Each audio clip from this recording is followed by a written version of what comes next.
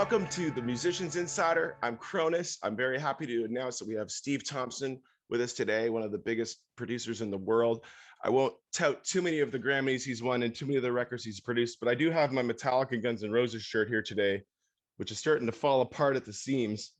But anyhow, it's great to see you. Welcome to my podcast. How are you doing, Steve? A little crazy, but busy, but good to see you, Aaron. I like to see that you're working. It's great to see you're working hard and got a lot of projects on the go. This has been one hell of a year.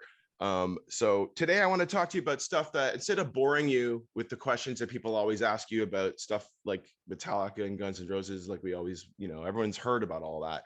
I want to talk to you about more interesting stuff like the future of the music industry, what you think is really happening right now, and advice for artists, for new artists. I want to help people out, give them things that, where they should focus their efforts, and why someone like you could maybe help them too.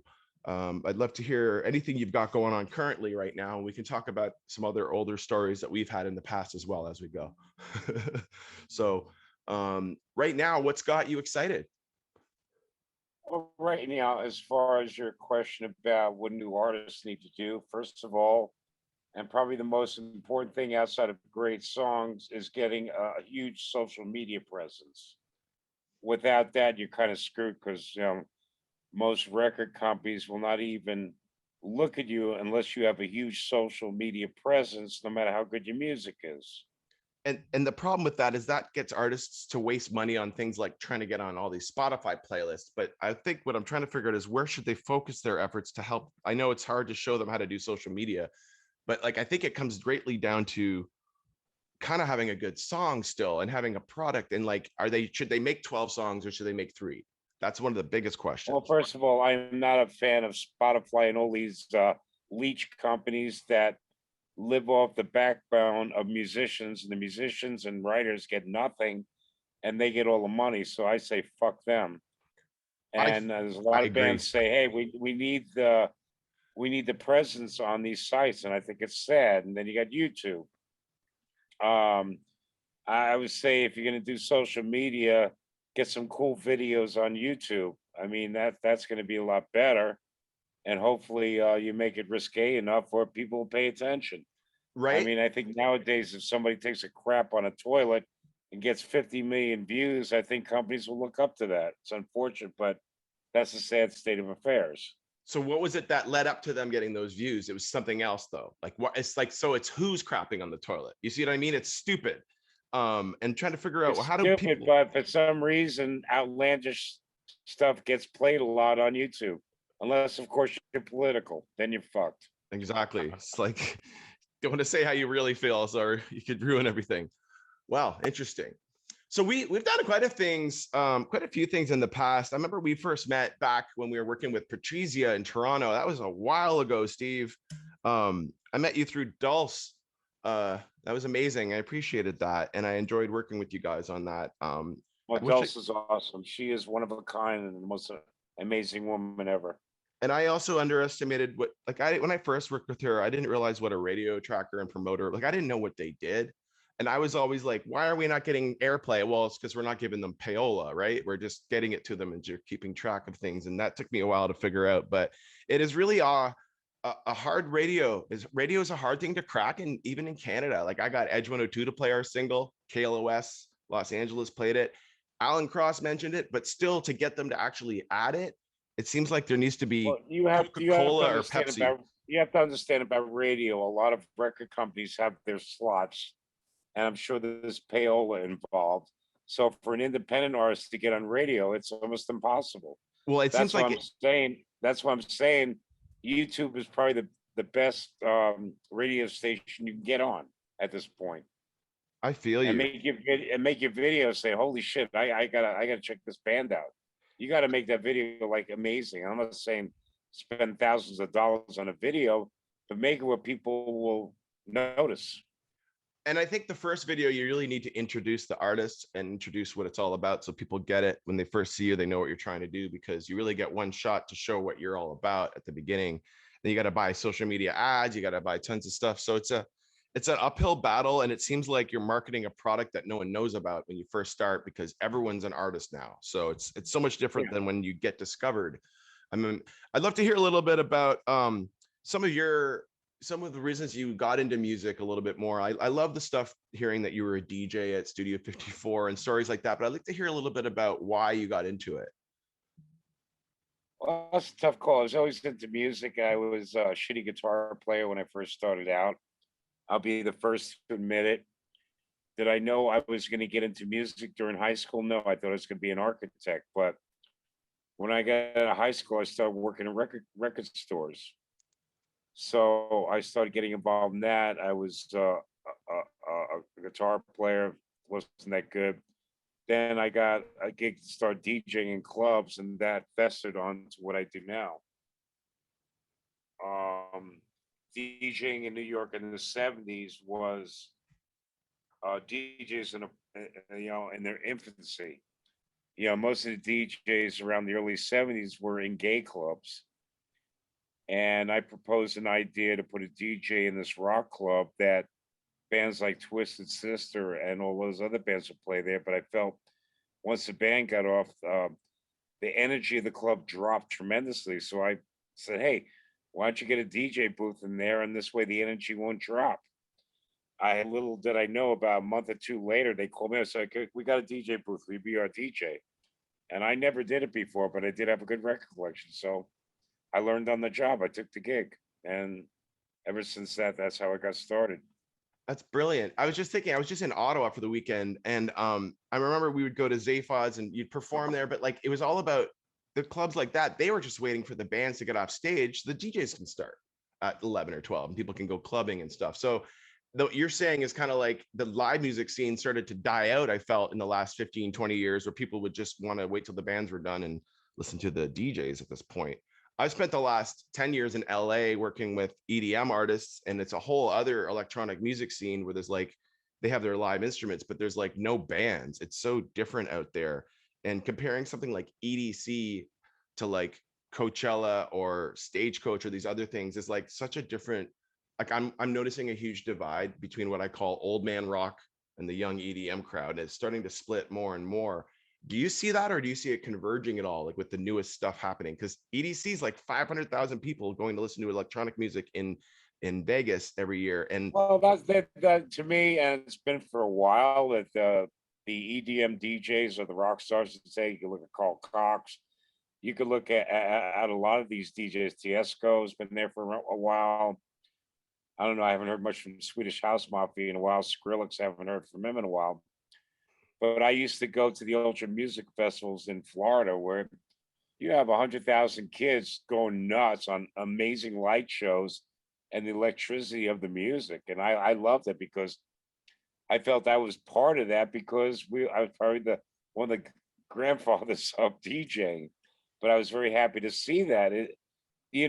Again, with rock bands, rock and dance music are totally different crowds for the most part. well, so how do you converge it?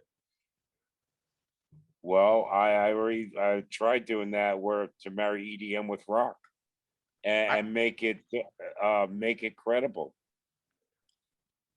Where you have to have the great dance beat. I mean, you take an old school band like oh, what the hell's that German band's name?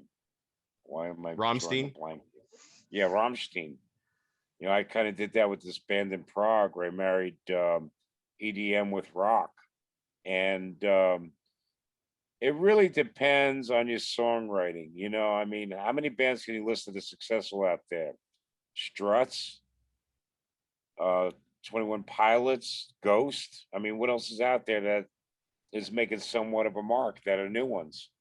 And then you have the old classic bands that keep selling their catalog, and they will sell out shows. But I really feel there needs to be a new wave of, if we're talking about rock, a new wave in today's generation. And you know what? I 100% agree with you. I'm kind of on that train myself. For example, I look at artists like Excision, who's an EDM guy. They do a thing called Lost Lands, and Sullivan King, he's a guitar player, but he's a DJ. And they're rocking the hell out to EDM music, and the crowds love it. So I'm kind of coming from the rock side, bringing it more EDM instead of coming from the EDM side and trying to bring Well, instruments. EDM now, and it's been for a bunch of years, more house derived music.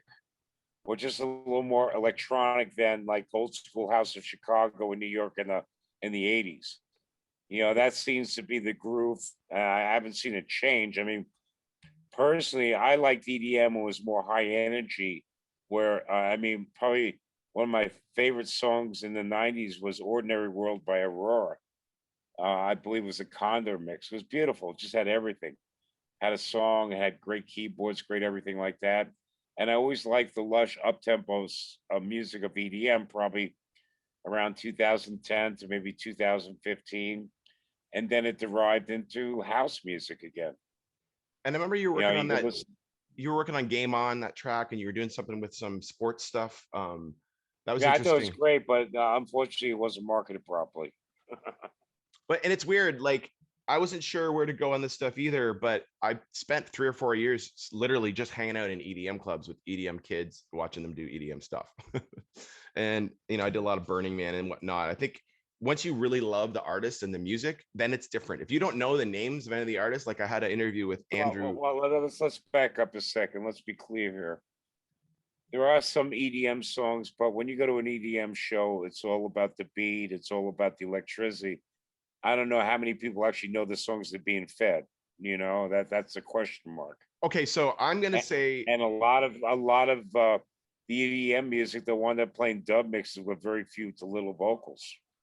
I find in LA though, when you go to like Space Yacht, that's the hat I got. It's a sort of like a scene. It's basically all the kids that are in Icon Collective and other schools, and they're in school for EDM stuff. And there's like a lot of stars coming out of there, like Slushy and I don't know, Getter and all these other like just Well, David names, Guetta. like not David Guetta, but Getter and Okay. Datsik and guys like A-Track will be at the club. People like that will be there. But I noticed that it's a whole other world. And it's not about the light show. It's about the guy with the USB stick comes in, plugs it in, and the club has its own lights. It's about the person's music, and they know the tracks because they're all fans of these DJs. It's a scene. It's a real scene. I don't see it in all the other cities. Like in Canada, they're still trying to figure out how to plug in the DJ gigs half the time. So unless it's coming from Dead Mouse's crew, it's never going to be produced right. But I do everything through Ableton. I play live guitar through a DJ setup. That was my Yeah, I solution to this know. Well, problem. it's kind of weird. When I was a DJ, I used 4 turntables, and I didn't have Ableton or Serato or any of these things where you could just press a button, beat match everything, and it mixes itself. We didn't have that advantage, and a lot of songs we played, the tempos would always fluctuate during the song. So if you did a long overlay, you really had to stay on your pitch control on your turntable to match the beat and the tempo. And that's Not an talent. easy thing to do, huh? That is talent. I consider that to Well, be like and again, it's like keeping your guitar in tune. nowadays, most of these DJs stay one specific BPM tempo, where before I would go from like 80, like reggae to rap, to like 140 new wave to 160. They're So it afraid. wasn't, They're afraid. yeah. I remember when I had a song at 140 to get down to 80, I would shut the turntable off and go, brrr, and then hit the 80. You know what I mean? I find ways to get it in there. My buddy Carlo would like to see that. I have some friends who are pretty good spinners. I've seen some people who do it upside down too, and I'm like, oh man. um, Very cool. I've been getting a little bit into using like some digital DJ stuff where I like to sample like the guitar parts and whatnot, and I use a push Sure. controller. But it's interesting to see I where it's going. wish, I'll tell you the truth, when I was doing dance remixes, I wish I had that technology of today back in that day, because we had to be more physical with cutting tape. And if I would take an original production, I would basically almost have to reproduce this song, but keeping a lot of the original instruments of the original song, and kind of punch in beats. It's not like you can just take one bar and Pro Tool it. We had no Pro Tools. So you had to basically stick to the song. And I think our sampler was an emulator at the time, a keyboard. So it was very time consuming in editing, but now it's so easy. And, most of the time when people do remixes, they'll get an a cappella song and just reproduce the whole song underneath it. And I was thinking it's nice to have like a really well produced like Muse, for example. They came out a while back, but I think like if someone just comes out like a band like that, where they just do their own thing and it's incredible, that'll work. You just have to have a lot of money and effort behind it.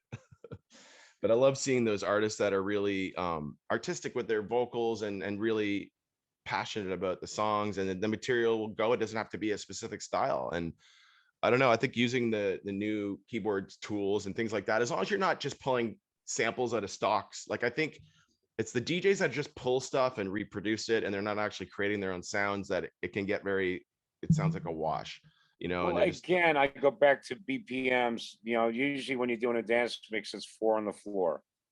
So what is the BPM of the day? 132, 128, 136. Whenever you determine that, that's how you keep your foundation. and then there's those, And build- because of the 120 heartbeat, everyone wants to keep it around the heartbeat, you know. I don't know, it's interesting. But yeah, I mean, every BPM is its own genre, it seems. But I just honestly, I just like the idea of letting the drummer change as the evolution of music changes with beats. But I'm still an alternative rock guitar player singing my same stuff, and it still is the same, but it evolves into the 2020s when you add the rhythm background and have a different kind of percussion going on. It was very interesting meeting with Andrew, my old drummer in Ottawa, talking about the drums and the gear and all the stuff. And he's a real pro. But you can see, like, as you get older, time goes on, like if you're not following the new stuff, you can kind of fade into the dinosaur past of all this gear, all this stuff, but not learning about, well, why does it sound like shit when they compress it? And can we add drums to the electronic drums properly and actually EQ it with a real producer and make it sound radio playable without having to be all so smushed? And I think watching like the old rock guys, like my buddy Jay Rustin, he's been working with Mr. Bungle, and it sounds incredible. But I see him just hating all this new technology coming in. I don't know. I'm just watching his posts about things like, what are these new drum sounds? Why are they so bad? Or why is everything so electronically not done the way it used to be? But you got to have the headroom Well, for I the mean, drums. first of all, as far as sound quality, I think the worst thing that happens in music is over compression. Because once you add a lot of a lot of times when you record somebody, you record compression, you mix with compression, you master with compression, and God knows what the radio does to compression. So it's over compressed. As far as instrumentation goes, it's how you record it. Every genre has a way of doing it. With EDM music, you basically have a laptop, and sometimes you don't even need keyboards. You can get everything programmed on your laptop. You know, You can it's play a whole keyboard on the different, laptop. huh? You can play on the keys. I've seen a lot of those guys, like those. Exactly, Oh man, it's crazy. exactly. But I still have real keyboards at home. I have a Motif 8, Yeah. which is weighted keys. I have a Trident. Yep. I have a Hammond C3. Oh I wow. have a Farfisa Compact 2 as well. I had a DX7 and I finally sold it to a friend of mine who was a Oh, real good. I enthusiast. always hated the DX7. Even when they're out, I always thought them to be cheesy. I used it as a MIDI controller, so I got rid of it, but it was so cool to have it. Okay. That's great. Any artists you're looking at lately that you like? Anything coming out that you're listening to? I got 4 artists I'm looking at. I don't want to mention until it's in fruition. In the meantime, I've been Oh, cool. writing my book and doing another movie. What's And on top of that, I'm doing home improvement here. So as we speak, I have people putting in a new driveway, and they're making a hell of a lot of noise out there. so you're getting back to your architectural roots. Yeah, exactly. I see that. Well, that's great. I just kind of wanted to catch up. It's been a while since we've talked about anything or done anything. I remember you said to me, I asked you, what should I do? And your advice to me was go and be James Hetfield. I don't remember if you remember that. So I went and did a record, and we're going to go and tour it now. And hopefully soon you'll see me out there. I'd love to see you at a show sometime. But any other advice for new artists? Like, it's so hard to get past that first step. I want to give them something juicy here. Well, again, there's so much out there. And again, I always think that the best way to do it is shock value. Okay. No matter how good your music is, show a video of shock value. I think that's the best way to get known, because you're dealing with a lot of competition. And if you don't have a record company behind you, you better have a good social media team behind you to really promote in all social media aspects. I mean, that's the way it is today. Very And don't cool. rely on a record company to make you nut. So your website is stevethompsonproductions.com. I'll put that up here. Are you accepting people who may want to work with you, or if there's a manager or a label looking to work with the Steve Thompson, are you available for work, or people can they reach Yes, but out? I'm very picky what I work on, and I don't work for free, and I don't work on back end, and I So if do have a manager. All you have to do, there is a form on my website you can fill out, and that will be sent to my manager. and if someone's going to come to work for you, how far along in the process do you think they need to be first? Oh, I can hear from a shitty demo. I know where a song can go. All right, so there you go, kids. If you got an album or a demo or something, you want to send it to Steve and his site. Maybe you get a chance to work with one of the 7-time Grammy winners. I'm going to keep it short today. It's great to catch up with you. Just wanted to see how you've been. I know we haven't talked in a while, but just online and whatnot. So we'll keep things in check. If you got something coming out, you want me to know about it, you're welcome to come back on here. Other than that, it's great to have you on. It's always nice to have someone of your caliber joining the podcast. And thanks for being on the Musicians Insider. Get your house fixed, and we'll catch up again soon. Steve Thompson, everyone, thanks for being on My today. pleasure, Aaron. Everyone have a great day. Wonderful. Take care, brother.